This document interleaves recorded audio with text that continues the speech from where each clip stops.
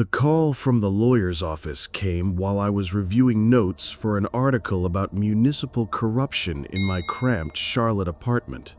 My great-aunt Margaret had passed away, and surprisingly, she'd left me her property in Asheville. I'd barely remembered her from childhood family gatherings, a quiet woman who always sat in the corner, watching everyone with sharp, calculating eyes. My apartment had always been my refuge from the chaos of investigative journalism. As a reporter who specialized in uncovering uncomfortable truths, I was used to hostile environments and threatening phone calls. But home was supposed to be different. My small place in Charlotte wasn't much, but it was mine, and I knew every creak, every shadow, every sound the neighbors made. It was my sanctuary, where I could decompress after long days of digging through corruption and lies. My days followed a predictable pattern: morning coffee while reading news feeds, afternoon interviews or document reviews, evening writing, and late-night research. It was a solitary life, but it suited me. I had grown comfortable with the routine: the familiar sounds of traffic outside my window, the reliable hum of my laptop, the way afternoon light filtered through my blinds.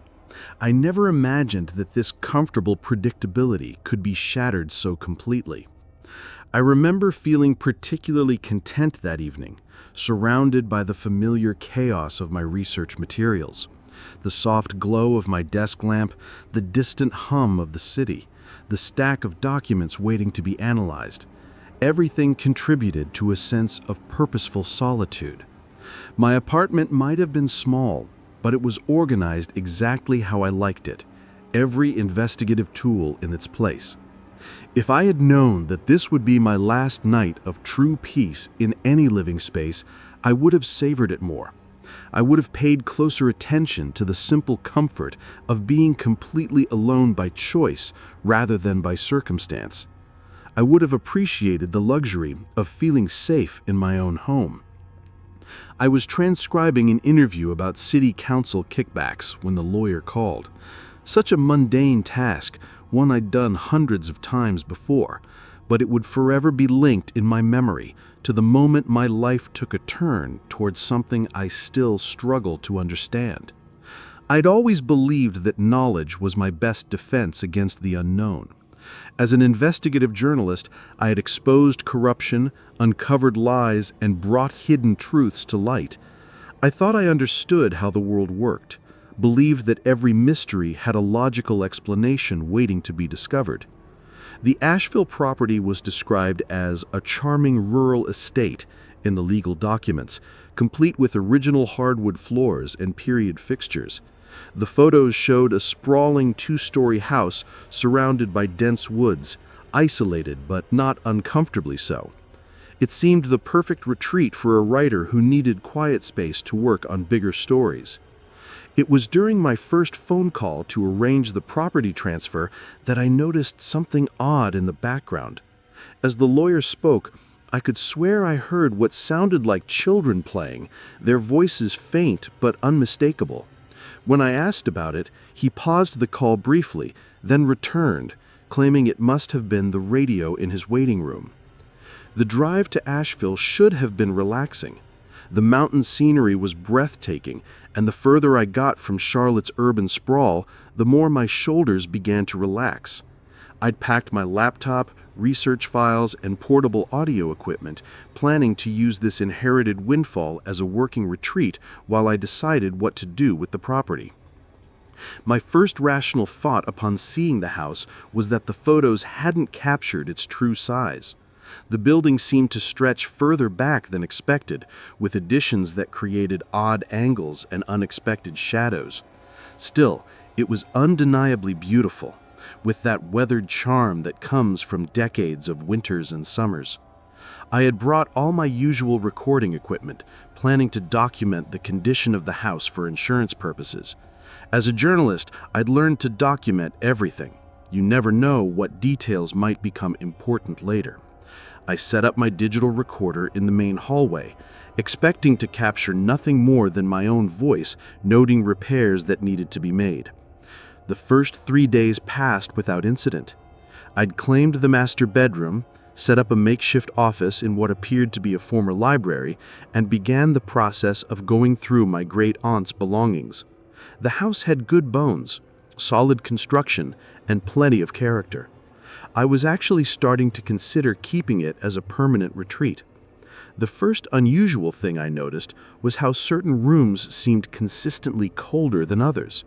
Not dramatically so, just enough to make me pull on a sweater when I entered what I'd started thinking of as the children's wing, a series of smaller bedrooms connected by a narrow hallway on the second floor. My journalist's mind immediately supplied logical explanations. Older houses often had heating inconsistencies, especially in rooms that weren't used regularly. The previous owner was elderly and might not have heated the entire house evenly. Nothing supernatural about temperature differences, just old architecture and selective heating. Over the following days, I began to notice the cold spots were quite specific. The third bedroom from the stairs was always at least 10 degrees colder than the hallway. The small bathroom at the end of the children's wing felt like a refrigerator, even on warm afternoons when the rest of the house was comfortable. I started carrying a digital thermometer, partly out of journalistic curiosity and partly to gather data for when I spoke to HVAC contractors about the heating system. The temperature readings confirmed what I was feeling, but they also revealed something I hadn't expected. The cold spots moved.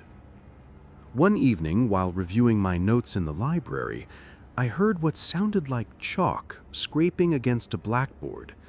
The sound was coming from upstairs, short scratches followed by longer strokes, as if someone was writing or drawing.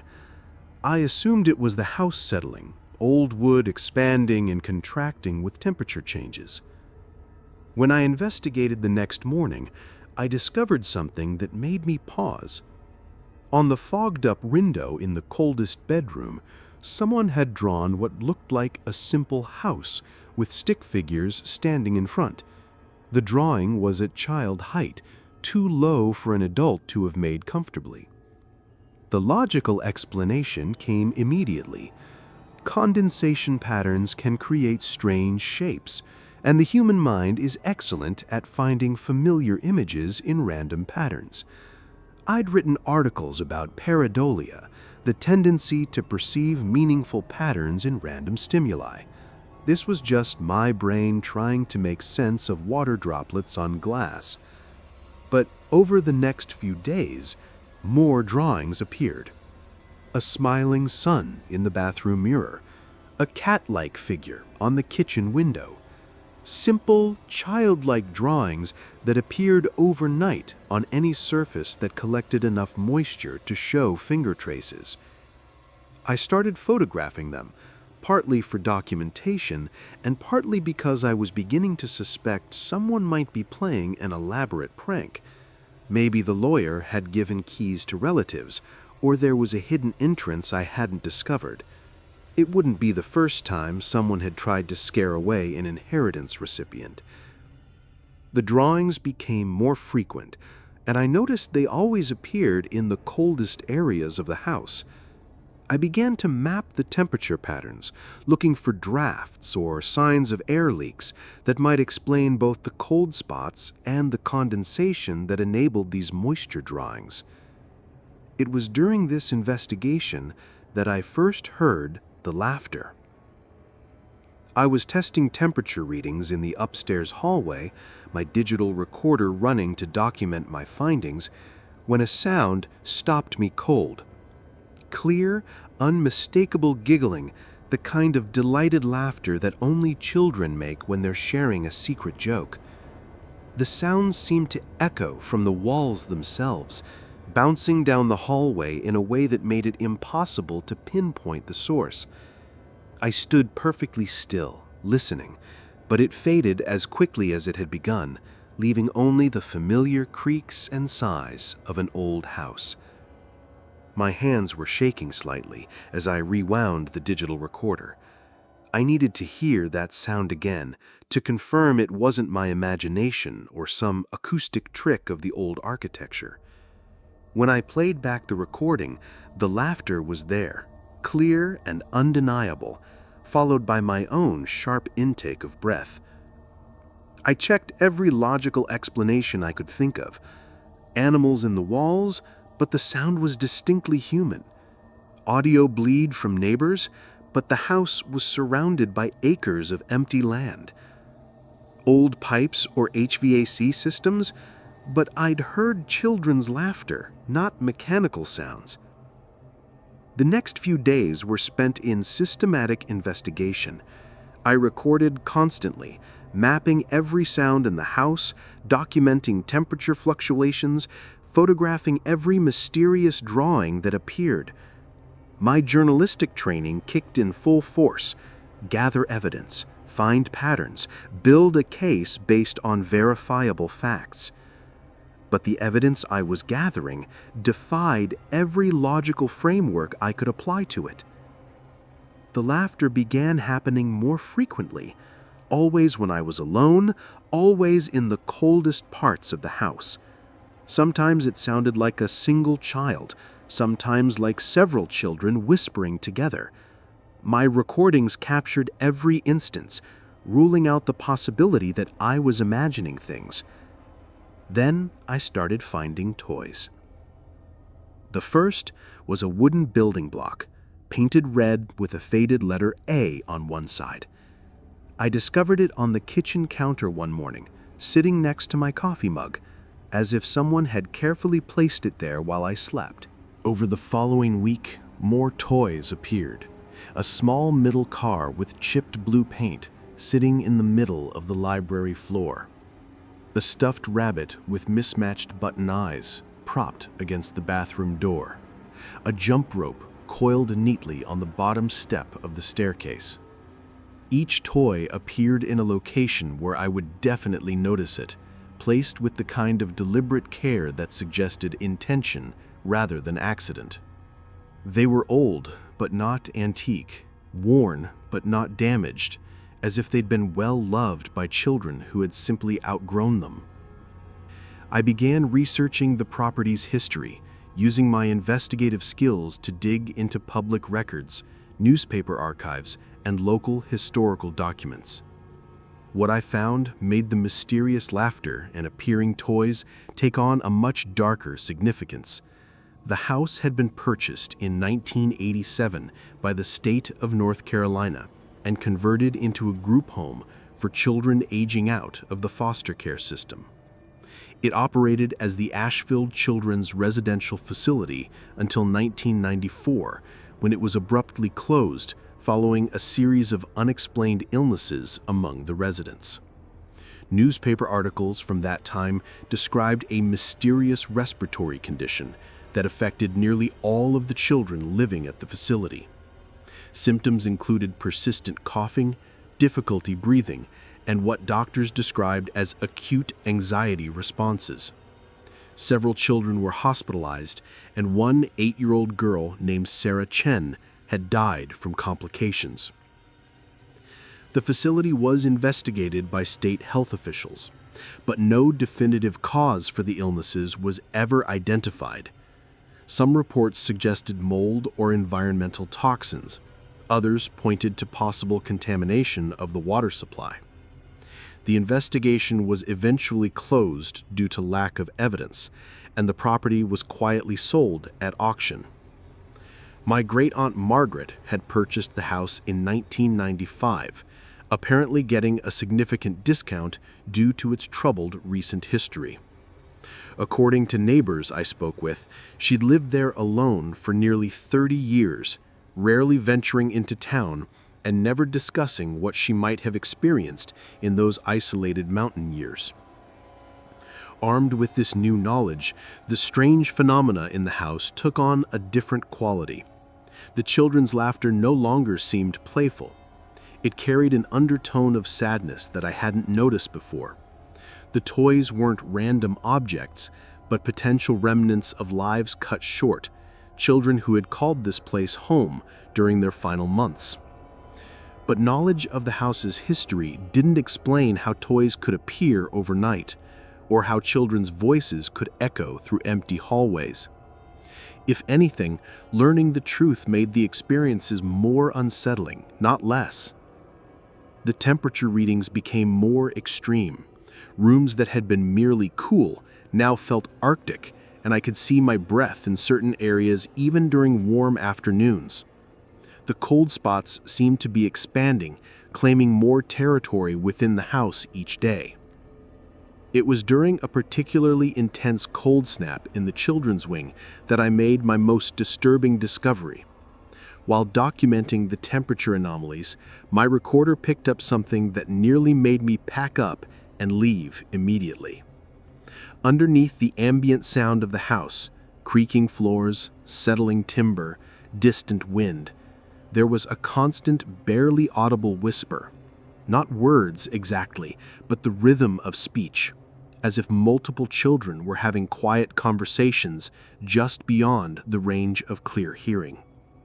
I spent hours trying to isolate and amplify these sounds, using audio editing software to filter out background noise and enhance the whispered voices. What I found was even more unsettling than the laughter. Fragments of what sounded like children reciting something in unison, their voices overlapping in a way that created an eerie, hypnotic harmony. The whispers seemed to be coming from inside the walls themselves, as if the house had absorbed the voices of everyone who had ever lived there and was slowly releasing them back into the air like an echo chamber that never quite emptied. Then came the night when everything changed from unsettling to genuinely terrifying. I was working late in the library, reviewing my recorded evidence and trying to make sense of the patterns I was documenting, when I heard footsteps in the hallway above.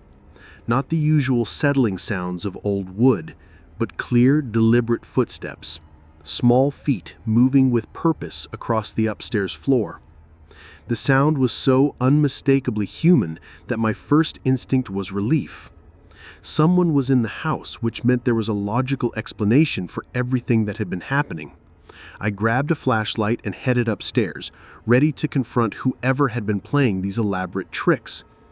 But the upstairs hallway was empty, and every door was closed exactly as I had left them. The footsteps had stopped the moment I began climbing the stairs, as if whoever was making them had heard me coming and hidden. I checked every room, every closet, every possible hiding place. I examined the windows for signs of entry, tested the floorboards for loose spots that might create false sounds. Nothing. The upstairs was completely empty, yet I was certain I had heard someone walking around up there. It was while I was standing in the hallway, trying to make sense of what I'd experienced, that I noticed something that made my blood run cold. The door to the coldest bedroom, the one where the drawings first appeared, was slightly open, though I distinctly remembered closing it firmly before going downstairs. As I approached the door, I could feel the temperature dropping with each step. By the time I reached the threshold, the cold was so intense it was painful, like stepping into a freezer. And from inside the room came a sound that will haunt me for the rest of my life. Singing. Multiple children's voices singing a lullaby in perfect harmony, their words clear despite the fact that the room was completely empty. Rock-a-bye, baby, in the treetop. When the wind blows, the cradle will rock. I stood in that doorway, flashlight beam cutting through the empty room, listening to invisible children sing a song that seemed to come from everywhere and nowhere at once. The voices were beautiful and terrifying, innocent and deeply wrong, as if I was hearing an echo from another time when this room hadn't been empty. The singing continued for what felt like hours but was probably only minutes, each verse perfectly executed by voices that couldn't exist. I wanted to run, every instinct screaming at me to leave the house immediately, but I was frozen in place by the horrible beauty of what I was hearing. When the song finally ended, the silence that followed was even worse than the singing.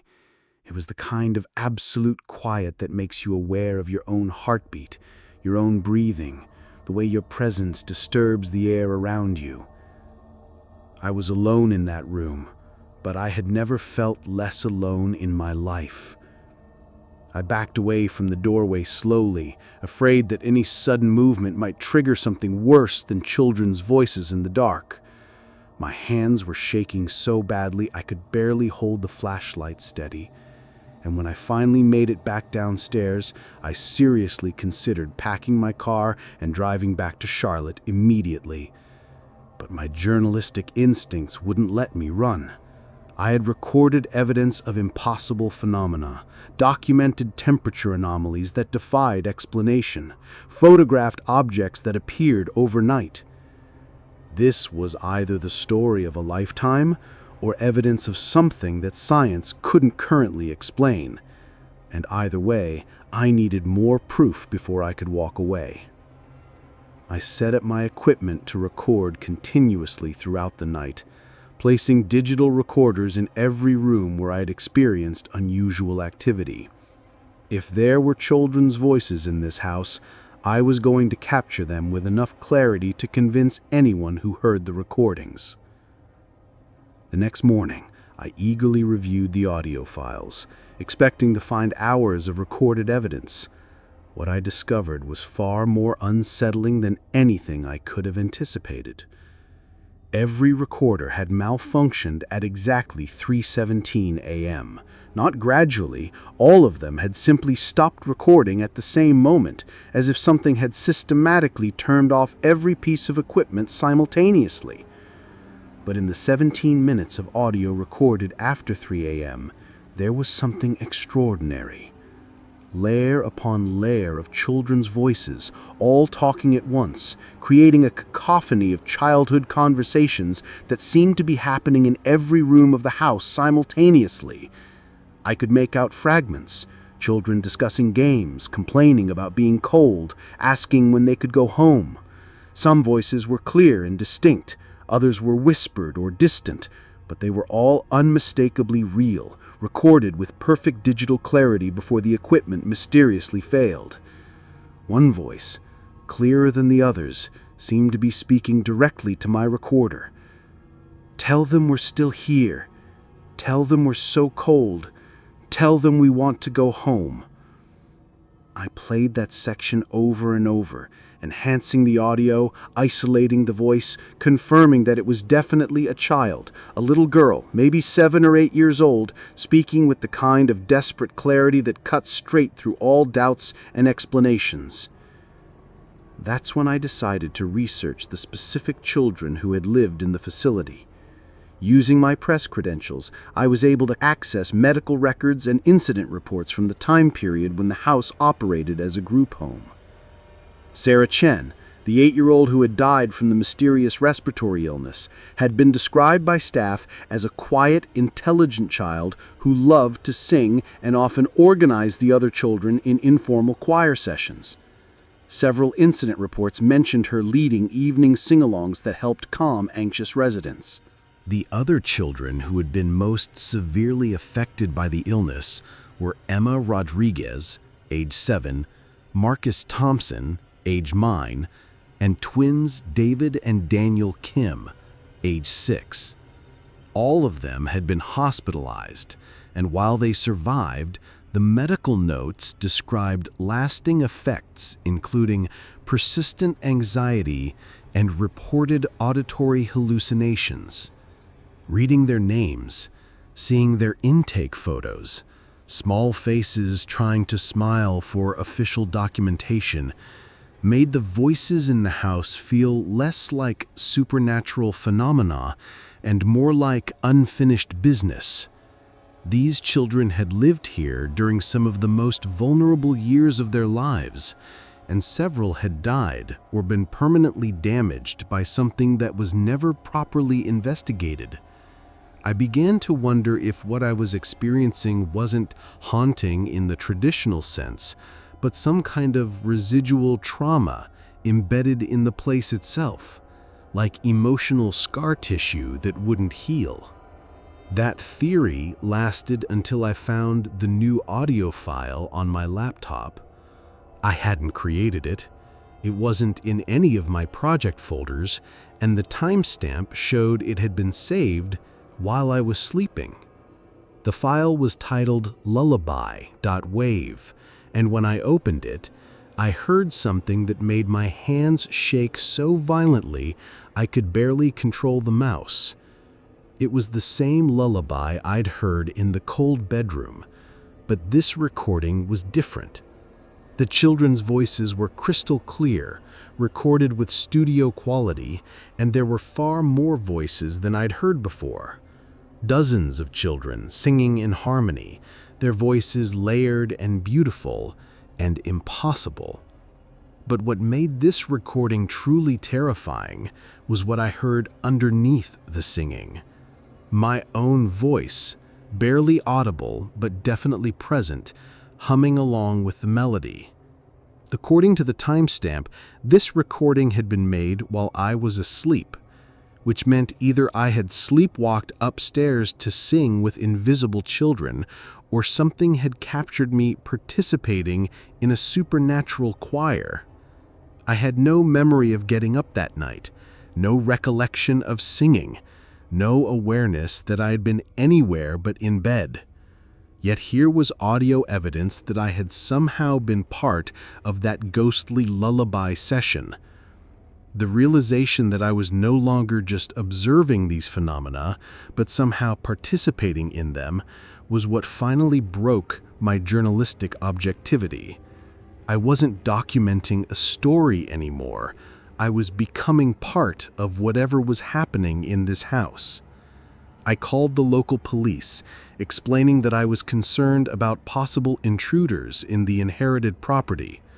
When they arrived, I showed them the recorded evidence, played the audio files, explained about the appearing toys and the temperature anomalies. The officers were professional, but clearly skeptical.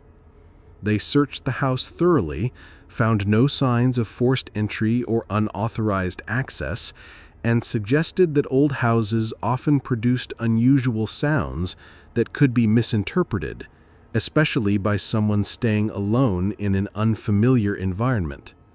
One officer mentioned that they had received similar calls from previous owners over the years, reports of unusual sounds, unexplained phenomena, concerns about intruders that always turned out to be false alarms. He suggested I might want to consider selling the property, noting that some houses just didn't agree with certain people. After they left, I felt simultaneously vindicated and more alone than ever. The police had confirmed that no living person was responsible for what I was experiencing, which meant either I was having some kind of psychological break, or the house genuinely contained something that couldn't be explained through normal means. That night, I made a decision that I still question. I decided to stay and continue documenting whatever was happening, no matter how frightening it became. It was the last decision I made as a truly free person. Over the following days, the phenomena escalated beyond anything I could have imagined. Toys appeared not just overnight, but while I was in other rooms, as if invisible children were playing games and leaving evidence of their presence for me to find. The cold spots began moving through the house like slow-motion weather systems, and I would often find myself walking into pockets of frigid air that felt like walking through invisible snow. My breath would fog, my skin would prickle with cold, and I could swear I felt small hands brushing against my arms. The children's voices became constant background noise, a perpetual whispered conversation that seemed to comment on everything I did. When I cooked, I heard discussions about being hungry. When I worked at my laptop, young voices would spell out words letter by letter, as if they were learning to read over my shoulder. I started talking back, speaking aloud to the empty rooms, asking questions and listening for responses. The answers came not as voices, but as physical phenomena. Toys moved to spell out words, cold spots intensified to indicate yes or no, drawings appeared on windows to show simple pictures that answered my questions. Through this bizarre form of communication, I learned that the children who had died or been damaged at the facility were indeed still present in the house. They weren't malevolent, just lost and confused, unable to understand why they couldn't leave, why they were still cold, why adults couldn't see or hear them anymore. They told me, through their strange vocabulary of temperature and condensation, that my great-aunt Margaret had tried to help them too. She had lived in the house for 30 years, talking to them, leaving toys for them to play with, trying to keep them company. When she died, they had been alone again until I arrived. The revelation that my great-aunt had known about the children and had deliberately chosen to live with them rather than abandon them changed everything I thought I understood about the situation. She hadn't been a reclusive old woman hiding from the world. She had been a caretaker for children that no one else could see or hear. But the children told me something else, something that made me realize why the police officer had suggested previous owners might want to sell the property. The house didn't just contain the spirits of children who had died there. It was somehow trapping them, preventing them from moving on, keeping them in a state of perpetual childhood that was slowly affecting anyone who stayed too long. My great-aunt hadn't just chosen to help the children. After 30 years of exposure to whatever force was keeping them bound to the house, she had become unable to leave as well. And now, after weeks of constant exposure to the same supernatural environment, I was beginning to feel the same strange pull. The outside world was starting to seem less real than the whispered conversations with invisible children. My laptop felt foreign under my hands. My cell phone rang with calls from editors that sounded like they were coming from another dimension, and the idea of driving back to Charlotte seemed as impossible as flying to the moon. I was becoming part of the house's collection. The night I realized I was trapped was the night everything changed from supernatural encounter to genuine horror. I had been planning to leave the next morning, to drive back to Charlotte and write the story from the safety of my apartment, when I discovered that my car keys were missing. I searched everywhere, growing more frantic as the hours passed. The keys weren't just misplaced, they had been deliberately hidden, and no matter how thoroughly I searched, I couldn't find them anywhere in the house. When I finally called for help, I discovered something even worse. My cell phone was receiving calls and texts that had been sent days earlier, as if time itself was becoming unreliable within the house.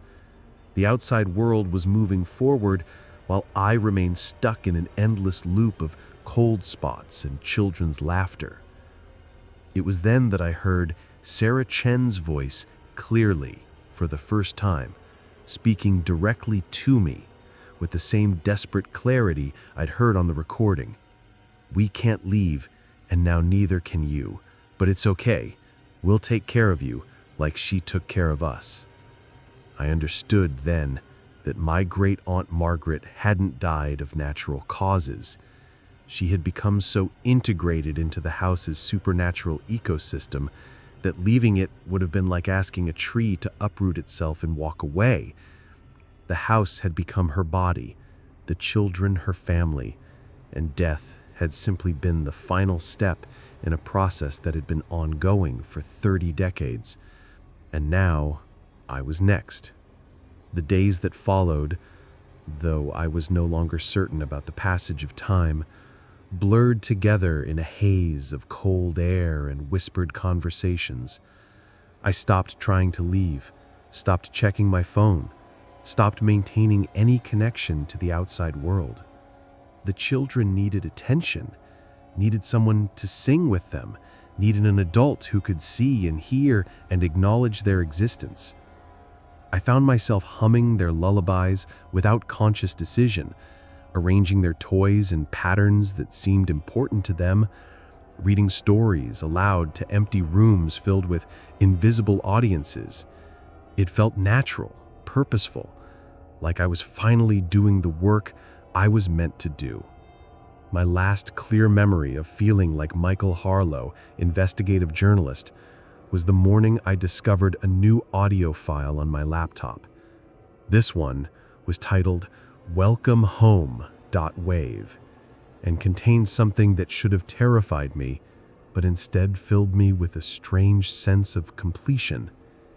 It was my own voice singing a lullaby I'd never heard before, harmonizing perfectly with dozens of children's voices in a song that seemed to go on forever. But what made this recording different was that I could remember making it, could remember standing in the cold bedroom, surrounded by invisible children, feeling their small hands taking mine as we sang together. I wasn't documenting the supernatural anymore. I had become part of it. Today, though I'm no longer certain what today means in a house where time moves like cold air through empty rooms, I understand why my great aunt left me this property. Not because she thought I would enjoy a mountain retreat, but because she knew I was the kind of person who would stay once I understood what the children needed. The police will probably find this account eventually, along with all my recorded evidence. They'll assume I had some kind of psychological break, that isolation and suggestion and the power of old stories created an elaborate delusion that ended in my disappearance. They won't understand that I didn't disappear. I just finally came home. The children are singing again now. A new song about someone who came to help them and decided to stay. Their voices are clearer than ever, and I can see them sometimes in my peripheral vision. Small figures in outdated clothes, playing games that children played 30 years ago, waiting patiently for the next person who might hear their laughter echoing through these halls. If you're reading this, if you're thinking about visiting the house in Asheville that will probably go up for sale again soon, bring warm clothes, bring patience, bring an open heart. The children are so excited to meet you. Moving into the second-floor apartment felt like a fresh start. After the divorce was finalized, I needed somewhere that was entirely mine. No shared memories, no lingering traces of a life that had fallen apart. The building was old, but well-maintained, with high ceilings and thick walls that promised privacy. My neighbors seemed quiet, and the rent was reasonable for Portsmouth. It felt perfect for someone who just wanted to disappear into routine and rebuild. My apartment was modest but comfortable. A small kitchen that opened into the living room, one bedroom, and a bathroom with an old clawfoot tub. The previous tenant had left behind a few pieces of furniture, including a bookshelf in the bedroom and some kitchen supplies. Everything had a lived-in feeling that made the transition easier. I'd grown tired of starting completely from scratch. Those first few weeks established a pattern that I found comforting in its predictability. I'd wake up, make coffee, head to work at the insurance office downtown, come home, microwave something simple for dinner, and fall asleep watching old movies. It was a quiet life, but quiet was exactly what I needed. The solitude felt healing after months of arguments and lawyers and dividing up possessions. The building had a peaceful atmosphere that I'd never experienced in my previous housing situations.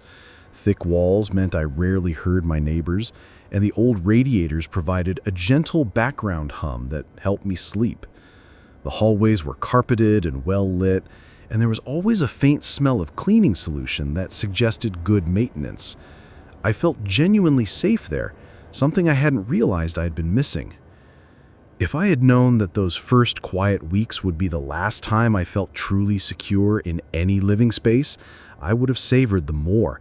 I would have paid attention to the way I could leave doors unlocked without thinking, how I could fall asleep without checking window latches, how completely I trusted the boundaries of my own home.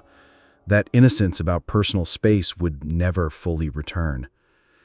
I was settling into my evening routine of reheating leftover takeout when I first noticed something that didn't quite fit. It was such a small thing that I'd almost dismissed it entirely, just a barely perceptible shift in the familiar patterns of my new home. The kind of detail that catches your attention for a split second before rational thought kicks in. Having lived alone for only a few weeks, I'd already developed a strong sense of my apartment's rhythms and sounds. I knew which floorboards creaked, how the pipes sounded when neighbors used water, and exactly how the afternoon light fell through each window. When you're adjusting to a new space, you become hyper-aware of these details. They become the building blocks of feeling at home. That's why I noticed when something felt slightly different about the kitchen, though I couldn't immediately identify what it was. Nothing was missing, nothing was obviously out of place. It was more like the feeling you get when someone has been in your room while you were away. Everything looks right, but something in the air suggests recent disturbance. The first concrete sign was the smell of cooking. I'd come home from work to find my apartment filled with the lingering aroma of something savory, onions and herbs, maybe a hint of garlic. Rich, homey scents that suggested someone had been preparing a real meal, not the microwave dinners that comprised my usual diet. The smell was strongest near the kitchen, fading as I moved toward the bedroom. My initial reaction was completely logical. The building's ventilation system must carry cooking smells between apartments. Old buildings were notorious for shared odors, and I'd noticed before how sounds seemed to travel in unexpected ways through the walls and floors. I opened a window to air things out and went about my evening routine without giving it much more thought. A few days later, I smelled it again. This time, what seemed like fresh bread or maybe cookies baking. The scent was stronger and more specific than what you'd expect from neighboring apartments. It filled my kitchen so completely that I checked my oven to make sure I hadn't somehow forgotten turning it on. But the oven was cold, and I hadn't baked anything since moving in. Over the following week, these cooking smells became a regular occurrence. Sometimes it was breakfast scents in the morning, sometimes dinner aromas in the evening. Always pleasant, always the kind of home cooking I rarely made for myself. I started to look forward to them, actually. They made the apartment feel more lived in and welcoming, like someone was creating the home atmosphere that I couldn't quite manage on my own. I mentioned it to Mrs. Chen, who lived in the apartment below mine. She was a sweet, elderly woman who often sat in the building's small courtyard in the afternoons. When I described the cooking smells, she looked puzzled. She rarely cooked anything elaborate, she said, and the apartment above me had been vacant for months. The building manager was still showing it to potential tenants. That conversation planted the first seed of real unease. If Mrs. Chen wasn't cooking and the apartment above was empty, where were the smells coming from? The building only had 4 units on each floor, and I'd met the other neighbors. None of them seemed like the type to do elaborate cooking that would create such persistent, strong aromas. The logical explanations were starting to feel inadequate. I began paying closer attention to my apartment when I came home from work. Beyond the cooking smells, I started noticing other small inconsistencies. Items in my pantry seemed to be arranged slightly differently than I remembered. Nothing missing, just more organized. Canned goods grouped by type, boxes aligned more neatly than my usual casual placement. It was the kind of organization I aspired to, but rarely maintained. The most unsettling discovery was in the refrigerator. Items were arranged with a precision I never achieved. Vegetables in the crisper drawer sorted by type and freshness. Condiments lined up by height on the door shelves. My leftover containers were stacked neatly instead of shoved wherever they fit. It was as if someone with strong domestic instincts was quietly improving my living space. I started making mental notes of exactly how I left things before going to work.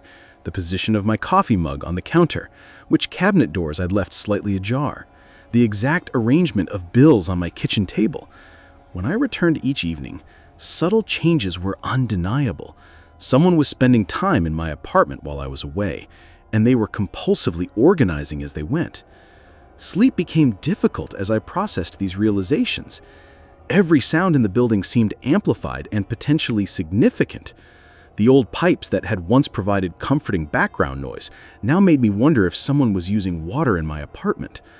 The settling sounds of the building's wooden frame created an endless catalog of potential footsteps and movement. My sanctuary was beginning to feel like a stage where unknown performances took place during my absence. Then, I found the evidence that eliminated any remaining doubt. Coming home from work on a particularly stressful day, I walked into my kitchen to find a plate sitting in the sink, a plate I distinctly remembered putting in the dishwasher that morning. It still held crumbs from what looked like fresh bread and a few drops of what might have been soup. The plate was warm to the touch. My blood went cold as I realized someone had been in my apartment that day, recently enough that traces of their meal remained. This wasn't about reorganized pantries or lingering cooking smells anymore. Someone was actively using my home, eating in my kitchen, treating my space as their own. The violation felt complete and terrifying. I immediately checked all the windows and doors. Everything was locked, exactly as I'd left it. There were no signs of forced entry, no scratches around the locks, no footprints on the windowsills. Whoever was getting in had either duplicated my keys or found another way inside. The former tenant's keys, perhaps, or some method I hadn't even considered. Standing in my kitchen holding that warm, used plate, I felt my sense of safety crumble completely. If someone could enter so easily and undetectably, what else might they be doing while I was away? Were they going through my personal belongings, sleeping in my bed? The thought of unknown hands touching my possessions, of someone's presence contaminating every space I considered private, made my skin crawl. I called the building manager immediately. He seemed genuinely surprised and concerned, promising to check all the building's master keys and review recent maintenance access. But he also gently suggested that I might be experiencing stress-related confusion. Divorce was traumatic, he reminded me, and sometimes people's perception of their environment could be affected by major life changes. His suggestion that this might be psychological made me question my own observations, but the physical evidence was too consistent to dismiss. That evening, I set up small tests throughout the apartment. A hair placed across the bedroom doorway, a coin balanced on the edge of the bathroom sink, a book positioned at a precise angle on the coffee table. If someone was entering my apartment, these disturbances would prove it. The next day, every single test had been disturbed. The hair was gone, the coin had been moved and replaced slightly off-center, and the book was in almost the same position but rotated a few degrees. Whoever was doing this was careful, but not perfect. They were trying to avoid detection but couldn't resist the compulsion to tidy and organize. It was as if someone was playing house in my apartment, creating the domestic life they couldn't have elsewhere. I started taking photos of my apartment before leaving each morning, creating a visual record of exactly how everything looked. The differences were subtle but consistent. Items moved slightly, surfaces cleaned more thoroughly than I'd left them, fresh flowers in a vase I'd never owned appearing and disappearing. Someone was not just entering my space, they were actively maintaining and improving it according to their own standards. The building manager called back with disturbing news. His inspection had revealed that some of the maintenance access panels throughout the building showed signs of recent use. These panels, designed to provide access to plumbing and electrical systems, connected to narrow crawlways that ran behind the walls and above the ceilings. Most tenants didn't even know they existed, but someone familiar with the building's layout could potentially use them to move between apartments undetected. He'd found evidence in the crawlway above my apartment: a thin mattress, some clothes hung on improvised hooks, and several containers of food. Someone had created a living space in the building's infrastructure, using the maintenance passages like a network of secret tunnels. The discovery was both a relief, I wasn't losing my mind, and terrifying. Someone had been living directly above my head for weeks, with access to drop down into my apartment whenever they chose. The building's security cameras, installed only in the lobby and parking area, had captured nothing useful. But the manager arranged for additional cameras to be placed near the maintenance access points. Within 2 days, they recorded footage of a figure moving through the ventilation system late at night. The person was small and agile, wearing dark clothing and moving with obvious familiarity through the narrow spaces. The quality wasn't good enough for identification, but it confirmed that this was an organized, ongoing intrusion. Police were called, but the intruder had vanished by the time they arrived to search the maintenance areas. The improvised living space had been cleared out, leaving only faint impressions in the dust and a few overlooked personal items: a toothbrush, some loose change, a grocery list written in careful handwriting. The investigation classified it as breaking and entering, but without catching the person, there was little they could do beyond increasing security in the area. The building manager assured me that all the maintenance access points would be secured with new locks, and I was offered the option to break my lease without penalty if I felt unsafe. But moving felt like admitting defeat, and the rational part of my mind insisted that the problem had been identified and resolved. The intruder's hiding place was gone, the access points were secured, and increased security made a return unlikely. I decided to stay and reclaim my sense of safety. For several weeks, my apartment felt normal again. No more cooking smells, no more subtle rearrangements, no more evidence of unwanted presence. I began to sleep better and felt my paranoia gradually fading. The incident became a story I told friends, weird and unsettling, but ultimately resolved. Just another chapter in the strange experiences that come with urban living. I started to believe the worst was truly over. But the sense of security was an illusion. Months later, I still find myself checking and rechecking locks before bed, placing objects in specific positions to detect any disturbance, and listening to every sound in the building with heightened attention. The knowledge that someone could live so close to me, could access my most private space so easily, has fundamentally changed how I experience being alone. Every shadow seems potentially occupied, every unexplained sound potentially significant. Small incidents continue to occur, though less frequently and more subtly than before.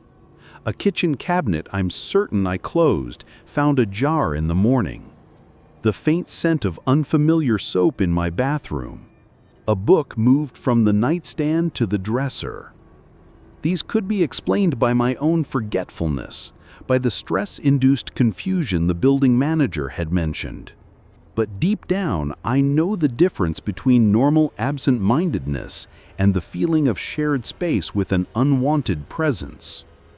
I've installed additional locks, motion sensors, and cameras throughout my apartment, but the technology provides only limited comfort. The intruder had demonstrated a level of patience and skill that suggested they could adapt to new security measures if they chose to return. More disturbing is the realization that they seem to know my schedule, my habits, and my vulnerabilities better than I knew them myself. The invasion had been so thorough and intimate that I sometimes feel like a guest in my own home. Today, almost a year later, I still perform my nightly security checks and wake up several times to listen for sounds that don't belong.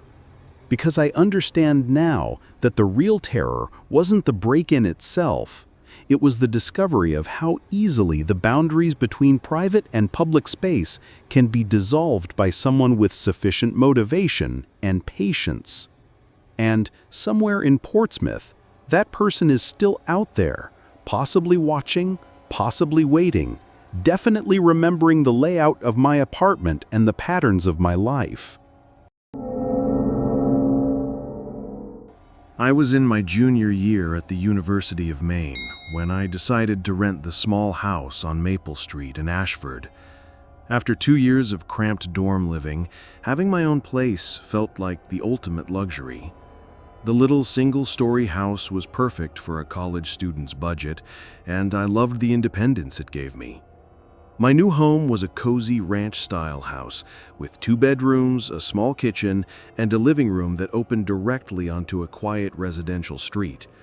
The neighborhood was peaceful, filled with families and retirees who kept to themselves.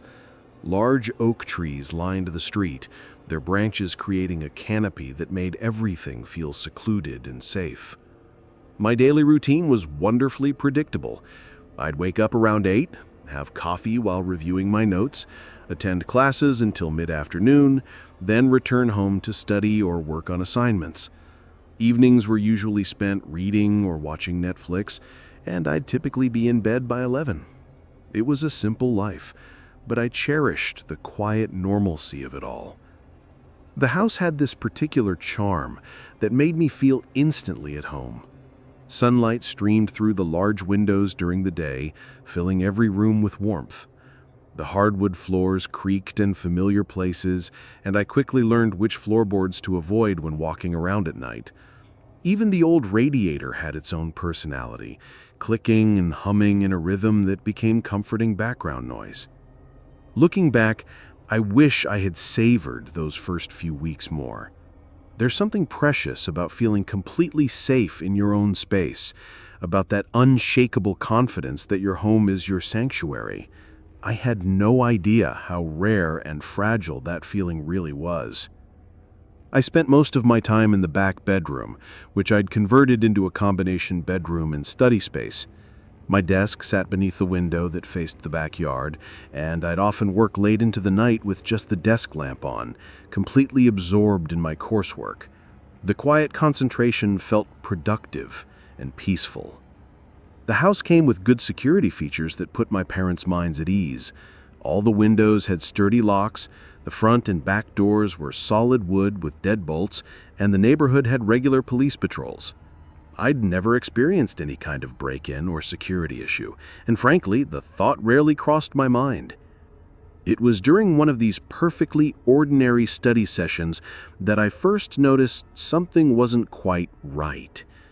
The change was so subtle that I almost dismissed it entirely, but something made me pause and listen more carefully.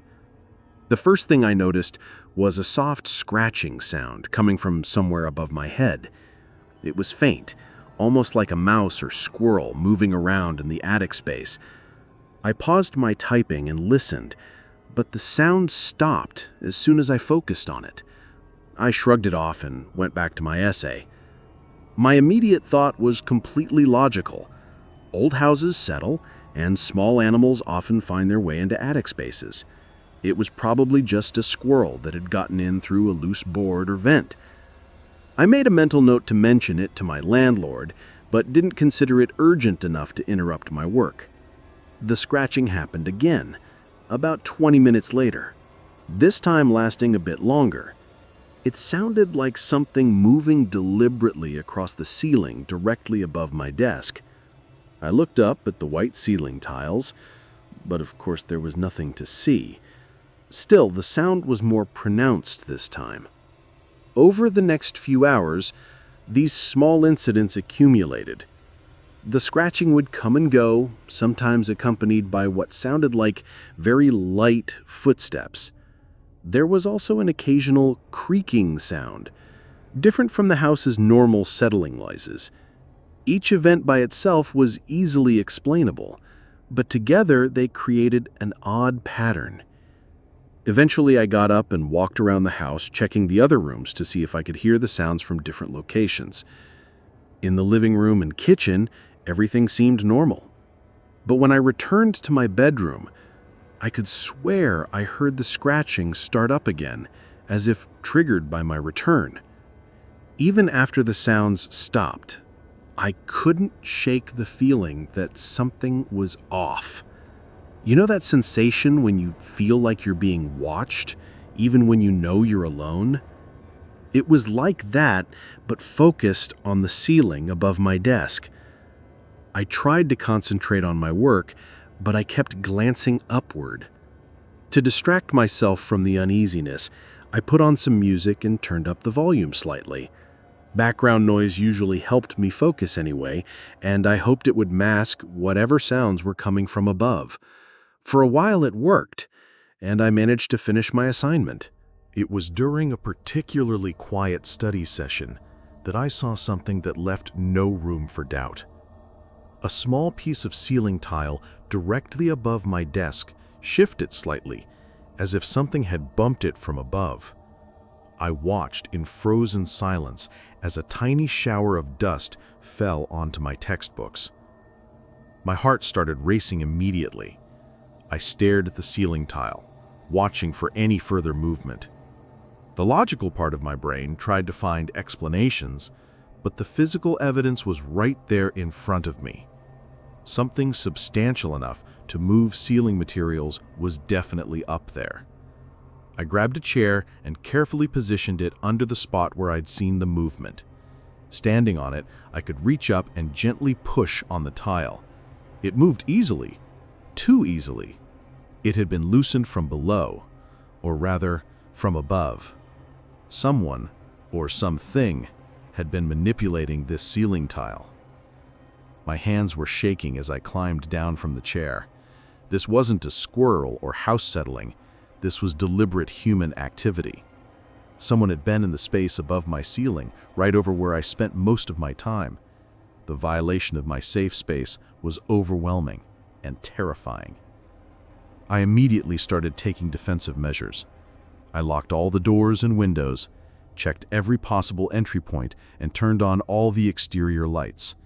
My cozy little house suddenly felt exposed and vulnerable. Every shadow seemed threatening. Every normal house sound made me jump. I spent the rest of the night sitting in the living room, facing the hallway that led to my bedroom, listening for any sounds from above. The scratching and movement had stopped completely, as if whoever was up there knew they'd been discovered. The silence was almost worse than the sounds had been. The next morning, I found something that confirmed my worst fears. In my mailbox, along with the usual bills and advertisements, was an unmarked envelope with my name written in block letters. Inside was a single sheet of paper with a typed message. "You shouldn't have ignored the signs." The message was chilling in its simplicity and directness. Someone had been watching me, monitoring my reactions to the sounds, and had decided I needed a more direct communication. They knew where I lived, they knew my name, and they had access to my mailbox. The sense of being hunted was inescapable. There was no doubt now that this was a deliberate campaign of harassment or worse. The sounds, the ceiling tile, and now the threatening note formed a clear pattern of escalating intrusion. Someone was specifically targeting me, and they wanted me to know they could reach me whenever they chose. I called the police immediately and explained the situation. The officer who responded was professional, but seemed somewhat skeptical until I showed him the loosened ceiling tile and the anonymous note. His demeanor changed when he saw the physical evidence, and he radioed for additional units. The investigation that followed was more thorough than I had expected. Officers searched the house, the attic space, and the entire property. What they found in my backyard was far worse than anything I had imagined. Someone had been preparing for a much more serious invasion of my privacy and safety. The police discovered a carefully excavated tunnel that ran from the edge of my property to directly under my bedroom. The tunnel was narrow, but large enough for a person to crawl through, and it connected to a hollowed-out space beneath my bedroom floor. The excavation was recent, but showed signs of being worked on over several weeks. Even more disturbing was what they found buried in the garden area. Electronic listening equipment had been carefully concealed in waterproof containers and positioned to monitor sounds from inside my house. Wires ran from these devices back toward the tunnel system, creating a sophisticated surveillance network. The officer in charge explained that this level of preparation suggested someone who had been planning this intrusion for a considerable time. The tunnel work alone would have taken weeks of careful, quiet digging. Someone had been studying my routine, learning my schedule, and preparing for what appeared to be a planned break-in, or worse. They found evidence that someone had been regularly accessing the space above my ceiling through an exterior entry point they had created in the roof. Scratches on the rafters, disturbed insulation, and makeshift supports showed that my ceiling space had been used as a regular observation post for an unknown period of time. The investigation concluded that I had been under systematic surveillance by someone with significant technical knowledge and patience. The authorities classified it as stalking with intent to commit breaking and entering, possibly worse. However, despite their thorough investigation, no suspect was identified or arrested. The detective assigned to the case suggested this was likely the work of someone with military or technical training, given the sophistication of the tunnel and surveillance systems. It might have been a random targeting or someone who had developed an obsession with me specifically. Without more evidence, there was no way to know. For several days after the discovery, I felt a mixture of relief and continued anxiety. The immediate threat had been exposed and removed, but the person responsible was still unknown and at large. I tried to return to my normal routine, but the sense of safety I'd once felt in my home was completely gone. Weeks later, I realized that the trauma had fundamentally changed how I lived. I found myself constantly checking locks, avoiding windows at night, and feeling paranoid about every unexpected sound. The simple act of studying in my bedroom became impossible. I'd relocated my desk to the living room where I could see all the entrances. Small incidents continued to make me nervous, even though they were probably just normal occurrences that I'd previously ignored. A car parked on my street for too long, footsteps on the sidewalk at night, or mail delivered at unusual times would send my anxiety spiking. The line between reasonable caution and paranoia had become very thin. I installed additional security measures, motion sensors, cameras, and reinforced locks, but they provided only limited comfort. The knowledge that someone had spent weeks studying me, digging under my house, and watching me from above created a lasting sense of vulnerability that no amount of security equipment could completely address.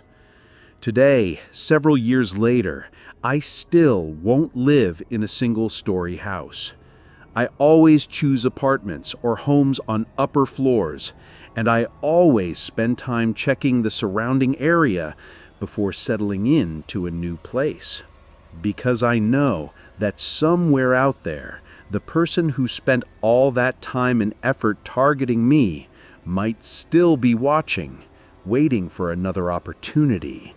And next time, they might not make the same mistakes that led to their discovery. Taking the caretaker job seemed like the perfect solution to my problems. I was 22, fresh out of college with a useless degree and student loans breathing down my neck. When old Mr. Henderson offered me decent pay to watch over his abandoned farm through the winter months, I jumped at the chance. The isolation didn't bother me. In fact, I welcomed it after years of cramped dorm rooms and constant noise. The Henderson farm sat on nearly 200 acres of Missouri farmland, about 15 miles outside Pine Hollow. The main house was modest, but comfortable, with a wood-burning stove that kept the place warm during those brutal winter nights. From the kitchen window, I could see the old red barn about a quarter-mile away, standing like a lonely sentinel among the dormant cornfields. The property was surrounded by gravel roads that connected to the main highway, creating a perfect rectangle of solitude. My responsibilities were simple: keep the pipes from freezing, maintain the generator, and make sure vandals didn't strip the place bare. Mr. Henderson had moved to Florida after his wife passed, unable to bear another winter on the land they'd worked together for 40 years. He planned to sell come spring, but needed someone to keep watch until then. It was honest work with minimal effort required, just daily checks and basic maintenance. Those first few weeks passed peacefully. I'd wake up around 9, make coffee, and do a quick walk around the property. The barn held old farming equipment covered in tarps, rusted tools hanging from hooks, and bales of hay stacked to the rafters. Everything was exactly as Mr. Henderson had left it. I'd check the locks, note anything unusual, then return to the house to read or catch up on Netflix with the satellite internet. The winter landscape had a stark beauty that grew on me. Bare trees created intricate patterns against gray skies, and the frozen cornfields stretched endlessly in all directions, bare stalks rustling in the constant wind. At night, the silence was absolute.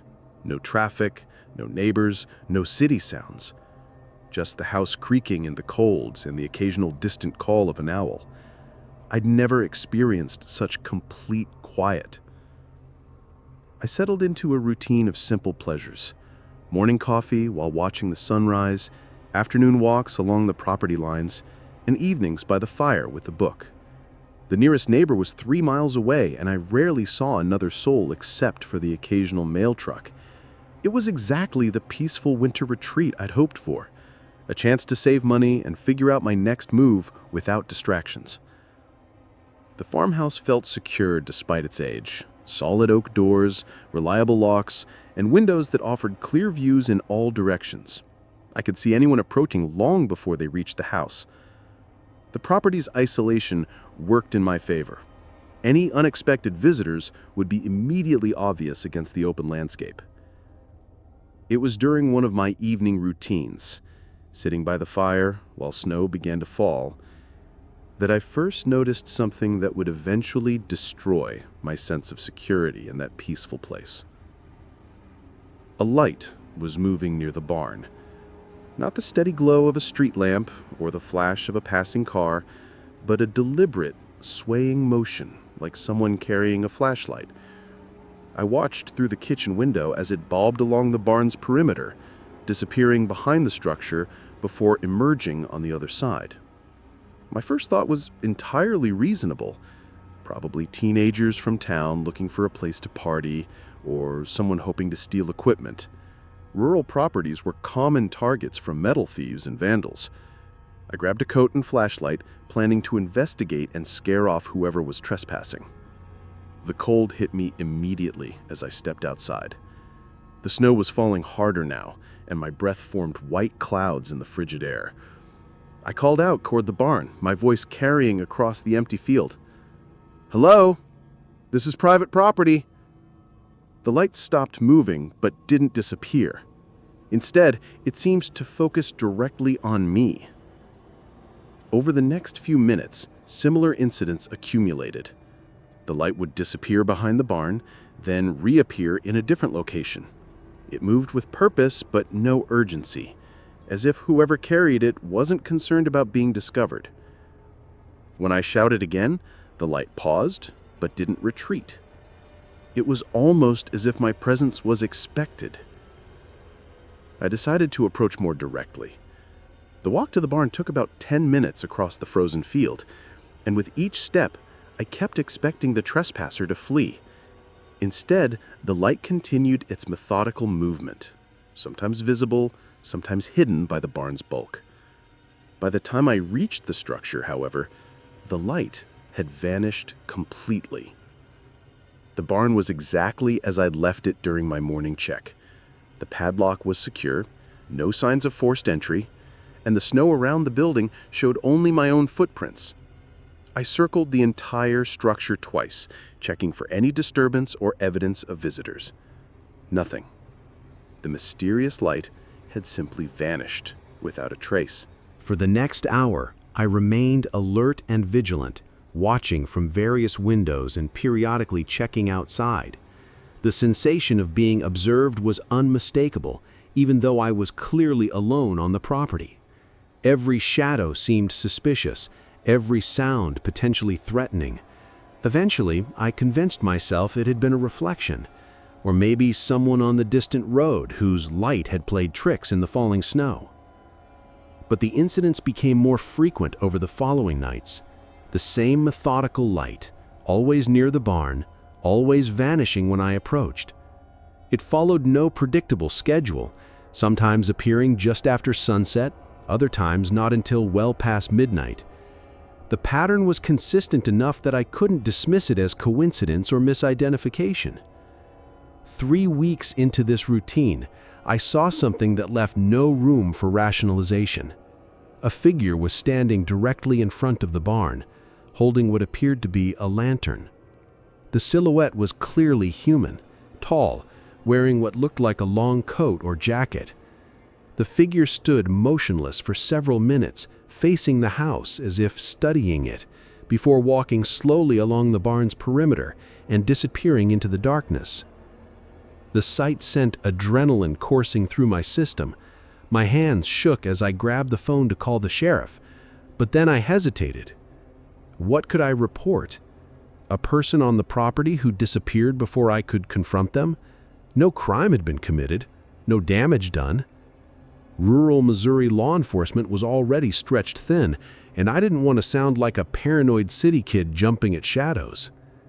Instead, I armed myself with a baseball bat I'd found in the barn and spent the night watching from different windows. The security I'd felt in this remote house was completely shattered.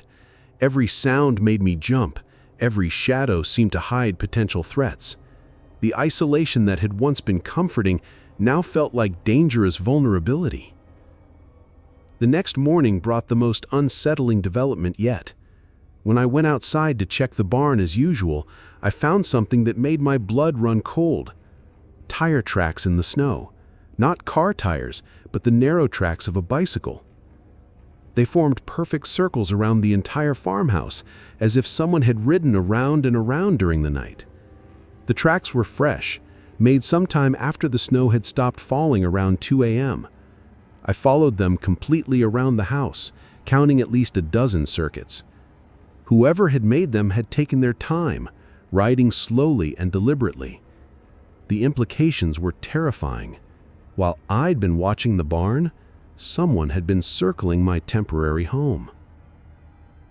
But the worst discovery was yet to come. Pinned to the front door with a rusty nail was a small piece of paper, the edges fluttering in the morning wind. Written in block letters were words that made my legs go weak. "You forgot to lock the barn again." I checked the barn immediately. The padlock was secure, exactly as I had left it. The message made no sense unless someone wanted me to know they'd been watching, learning my routines, timing my movements. The barn was always locked. I was obsessive about it, but the note implied intimate knowledge of my daily habits. Standing there in the snow, holding that piece of paper, I realized several horrifying facts. Someone had been observing me for weeks. They knew my schedule well enough to move around the property undetected. They could approach the house while I slept or watched in other directions, and they wanted me to know all of this. The methodical nature of the harassment became clear. The lights near the barn had been a distraction, drawing my attention away from the house while the real threat moved freely elsewhere. I'd been completely manipulated, focused on the obvious while missing the subtle. Every night I'd watched the barn, someone had been free to explore the rest of the property. That afternoon, I called Mr. Henderson in Florida. I explained the situation as calmly as possible, focusing on facts rather than fears. He was concerned, but not entirely surprised. Isolated properties often attracted unwanted attention, especially in winter when fewer people were around. He suggested involving the sheriff and offered to return early if needed. Before I could make that call, I found more evidence. Footprints in the snow, leading from the road to various points around the property. A small pile of cigarette butts near the woodshed. Most disturbing of all, the impression of someone who had been sitting on the back porch, watching the house. The snow showed a clear outline where someone had spent considerable time in that spot. My mind raced through possibilities. Was this someone I knew? A local with a grudge against Mr. Henderson? Someone who'd been watching the property before I arrived? The deliberate nature of the harassment suggested this wasn't random. It was personal and calculated. That evening, I called the county sheriff's office. Deputy Martinez arrived within an hour, a middle-aged woman who listened patiently while I explained the situation. She examined the evidence, took photos of the tracks and the note, and filed an official report. Her assessment was professional, but not particularly comforting. According to Deputy Martinez, isolated properties often attracted attention from various sources: teenagers, transients, people with mental health issues, or simply curious locals. The fact that no actual crime had been committed limited their options, but they would increase patrols in the area and investigate any leads. She suggested I install motion sensor lights and consider staying elsewhere if I felt unsafe. That night, I barely slept. Every sound made me alert. Every shadow seemed threatening. The house that had been my peaceful retreat now felt like a trap. The wide windows that offered beautiful views during the day became points of vulnerability after dark. I found myself checking and rechecking locks, moving from window to window, baseball bat always within reach. Around 3 a.m., I heard it, the unmistakable sound of footsteps on gravel. Someone was walking slowly up the driveway, making no effort to be quiet. I peered through the front window and saw a figure approaching the house, moving with deliberate purpose. When they reached the porch steps, they stopped and looked directly at the window where I was hiding. The moment stretched endlessly. I was frozen with terror, knowing I'd been seen but unable to move or react. The figure raised one hand in what might have been a greeting or a threat. In the darkness, it was impossible to tell. Then they turned and walked away, disappearing into the night as mysteriously as they had arrived. When Deputy Martinez returned the next morning to check on me, I was packed and ready to leave. The night's encounter had convinced me that staying was no longer safe. Whatever game this person was playing, I didn't want to discover the next level. I'd broken my contract with Mr. Henderson, forfeiting a significant portion of my pay, but my sanity and safety were worth more than money. The deputy understood my decision, but seemed frustrated by the lack of concrete evidence or clear threat.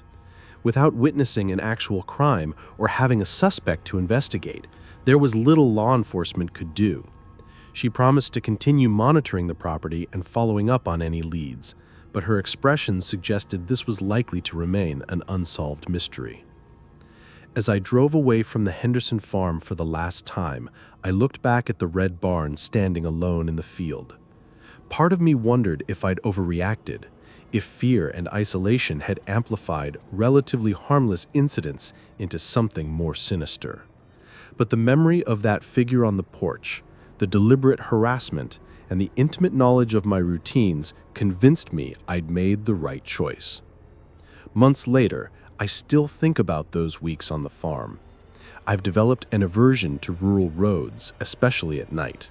The sight of isolated farmhouses makes me nervous, and I find myself constantly checking for signs of being followed or watched. The experience changed how I view solitude and safety in fundamental ways. Deputy Martinez called me once about 6 weeks after I left. There had been reports of similar incidents at other isolated properties in the county. Lights moving at night, evidence of surveillance, messages left for residents. The pattern suggested a single individual or group systematically targeting rural homes. The investigation was ongoing, but no arrests had been made.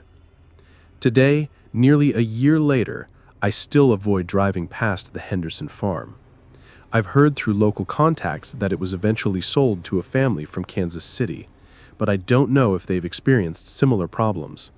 Sometimes I wonder if the harassment stopped when I left, or if it simply moved on to the next isolated target. I never did find out who was watching me during those winter weeks, or what they ultimately wanted.